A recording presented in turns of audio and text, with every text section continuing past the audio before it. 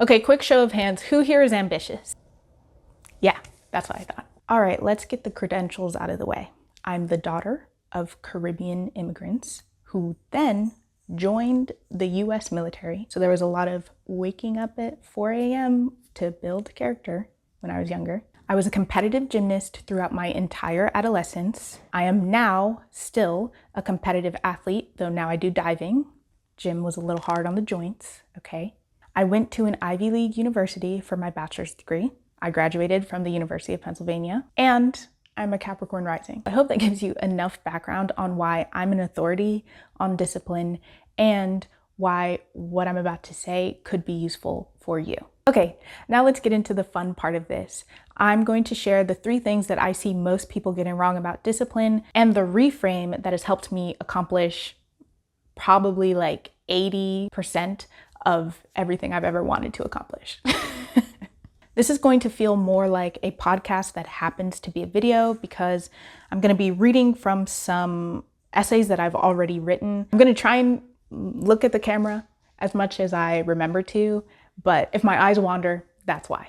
Discipline can be a very charged topic. Growing up, I always had one culturally defined definition of discipline. In my home, discipline was maintaining the will to do whatever is necessary to produce a better future for the next generation, adhering to demands exactly as they were given without questioning the methodology or the value of the task to begin with, and conforming under threat of corporal punishment. Discipline was suffering and persevering as an act of care, as well as deprioritizing emotions in order to have stability and security. However, as a creative and as a neuro-expansive mystic, I had to redefine discipline for my own emotional survival. And keep in mind, the way that I was raised to view discipline did work for a long time, and it pretty consistently worked in getting me the external accolades or the external wins that we're all indoctrinated into aiming for. However, I didn't really feel fulfilled and I didn't feel good generally. I didn't feel connected to my body. And so it was not a sustainable practice. It was not something that I could sustain for the rest of my life. I decided that I wanted discipline to support me, and that meant that I had to change how I perceive it. So through this video, through this episode, I want to share some of those reframes. The first misconception is that discipline is meant to be about punishment. When I Google discipline right now, when I Google how to have discipline or discipline while neurodivergent, the first several links that come out are often related to corporal punishment. Like it's literally, how do I punish my ADHD child without being a bad mom? It's like that, or it's a bunch of very buff men yelling at you about how you're weak and jerk off too much. The dominant view of discipline at this time is that it's a tool for domination, right? It is a tool for taking control of something, often yourself, by force and via the threat of something bad. So the reframe that I want to introduce is that discipline can serve as a foundation, as a support system for your expansion, as opposed to something you do to keep yourself in line. Do we feel the difference between that? Discipline that is meant to keep you in a cage versus discipline that acts as a trellis for your flower growth. If we think about the jasmine plant, it requires a trellis, or even, if you have a monstera, like any plant that you have to put a stake in order to help it grow, to support its weight, tomatoes as well. You're not building that trellis, you're not building that structure as a means of containing it, you're building that structure as a means of supporting its development. One of the first ways that I kind of shifted my perception of discipline was to think about my skeleton. My skeleton does, let's be honest, my skeleton does limit the movement of my joints, right? That is just inherent in being a skeleton. But more than that, or what feels more relevant, is that it gives my muscle and my flesh something to build upon, something to give it structure so that I am supported when I move. And it's the same thing with tomatoes, for example. Otherwise, the plant is too heavy. It cannot support its own growth alone. So when you're thinking about discipline, rather than thinking about it as a cage, think about it as a skeleton structure. Think about it as the bones of whatever action you're trying to do. You can build onto that foundation, but it exists there as a support system, not as a limiting system. So when you view discipline as a structure of support as opposed to a structure of confinement or a structure of limitation, for me at least, it really opens up the possibilities of what discipline can look like in practice. Does that feel different for you? Like, tell me in the comments, how does that land in your body to view discipline as a structural support as opposed to structure of confinement? The second thing that people get wrong about discipline is they don't view it as relationship building. I have, since I was a child, always viewed my interactions with everything as relational. So growing up, I always viewed the concept of discipline as actually a person. And the person would take different shapes. Like sometimes the person was my gymnastics coach, sometimes it was my father, sometimes it was J. Jonah Jameson in every movie he's ever played in. But when you really think about discipline, especially as you become an adult, like you are the authority that you're speaking to. Even when you are giving away your authority to other people, it was a choice that you made to allow someone else to act as authority or to act as the sort of discipline taskmaster that you're adhering to. Viewing discipline as a tool for relationship building, there are two factors here. The first thing is you're building a relationship with yourself. You can view discipline as an exercise in keeping promises to yourself. So when you think about it that way, rather than it being some kind of external force that you have to bend the knee to, you can see discipline as an experience of communicating with, keeping promises to yourself. And when you remember that you are on both sides of this, I think it's a lot easier to move with compassion as well as to want to make the relationship work. Because when it's some kind of external force or some kind of domineering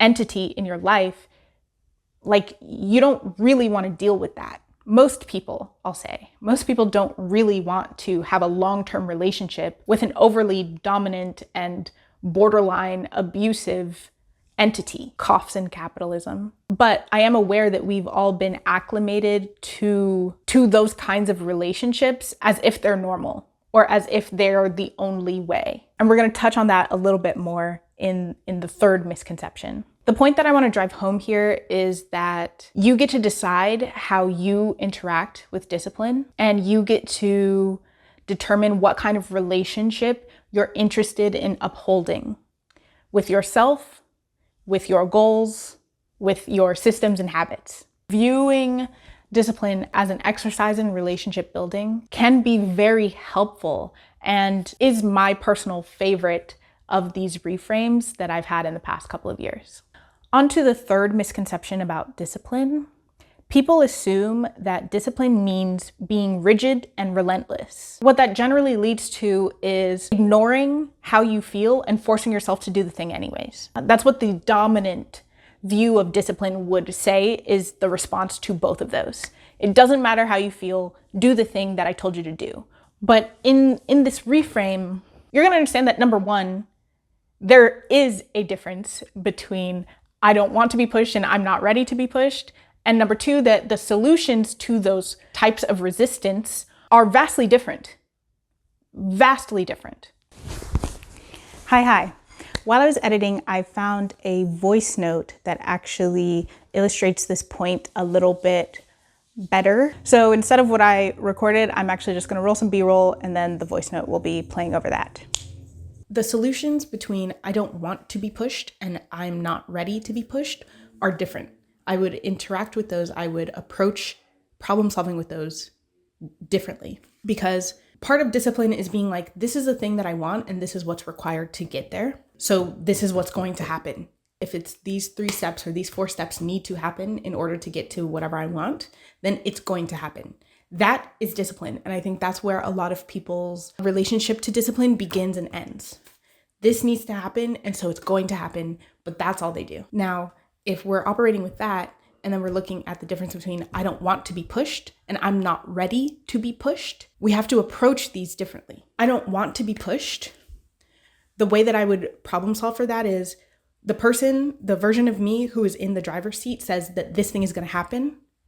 So how do we make this fun for you? Let's introduce gamification. It's going to happen. So how do we make this more of a pleasurable or exciting experience? Because it's going to happen. Now, I'm not ready to be pushed. What that version of you needs is safety, point blank. What you want is safety. And so the question that I would ask, because it's always about questions, right? The question I would ask is, what do you need to feel safe taking this next step, right? And all of this is under the assumption that whatever I have decided is going to happen is going to happen. It is a must, it's non-negotiable. So the question isn't forcing myself to do it, but instead asking, all right, where's the gap between what you're ready to do now and what needs to be done in order to accomplish XYZ? Where's that gap? And how can we, at the pace that feels comfortable to you, fill that gap? Because again, whatever action it is happening. I've already decided. So it's definitely happening. But what do you need from me, or what resources do you need in order to bridge the gap between what you're ready to do and what needs to be done, right? And so the difference between that feels so huge. And this is something that I learned through gymnastics. This is something that is a very visceral experience for me, because there are times when there was bodily harm, like life-altering bodily harm at stake. You really needed to know when you were throwing a tantrum and when you were actually in danger. And the danger in the case of gymnastics was literal physical bodily harm. But the danger in other contexts in your everyday life might be it's showing you that you are willing to ignore your own needs, thus again, eroding your self-trust, eroding your confidence, and also acting as evidence that you won't protect yourself, that you won't stand up for your needs. And then that is going to have ripple effects into every other area of your life. So knowing what you need and showing up in that energy is discipline. Knowing what you need and showing up in that energy is discipline. It's not showing up the same way every time. It's not offering one single solution for all problems. It is knowing what you need and then showing up in that energy. Knowing that you work best with the Pomodoro method and then actually stopping yourself when the timer goes off, that's discipline. Knowing that when you're on your period, you're not a very social person, and thus not forcing yourself to go out and be social or perform as social, that is discipline. If I know that I've reached a point in a project where I'm very frustrated and can't get past the problem, it requires discipline for me to know that the way that I get clarity on things is by going outside.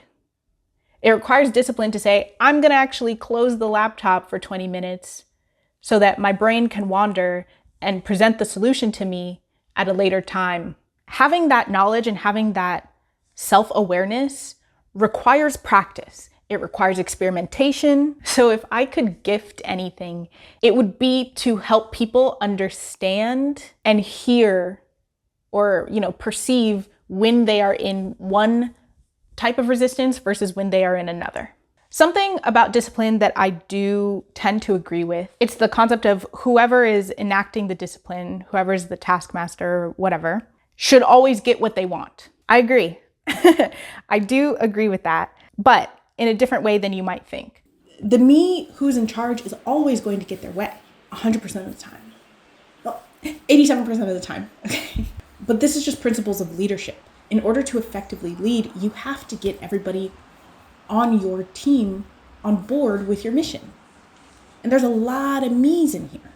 So there's a lot of aspects of myself that I need to woo into my mission into helping me.